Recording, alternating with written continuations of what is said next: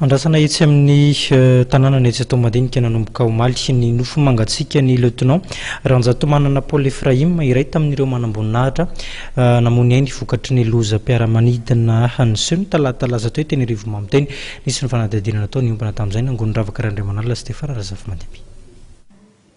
Iray amin'ireo manamboninahitra miaramila namony ainy nandritra ny loza mpiara-manidina Hanseho talata 12 Mars teo teny Arivony Mamo ny lieutenant Ranjatomanana Paul Ephraim telopolo taona ty manamboninahitra miaramila ity izao ndosy ny fahafatesan'izao ary manambady izay mitoejaza namafisy ny fianakaviany fa niavaka hatrany ny lieutenant Paul Ephraim teo amin'ny lalana ny lalovany no izy isan'ny sandrana teo amin'ny sehatra ny fanamorina fiaramanidina.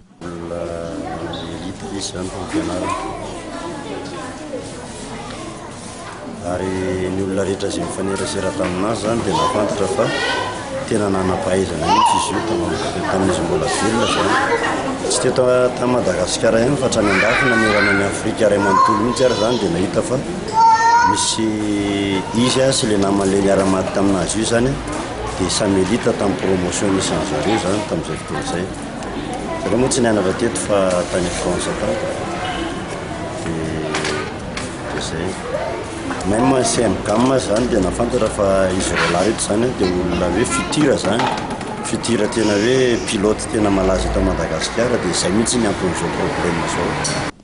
Ny fahatsorany ihany koa no nambapy ny fiarahamonina taminy fony fahavelony. Dia olona tena tsotra izy olona tena ny ilainy rehetrarehetra mihitsy ny ary olona azo resana. Ary zay le ouverture zay ny hitako hoe contrainte zany tamin'ny manodidina anazy raha nataoko ny fandiniana zany.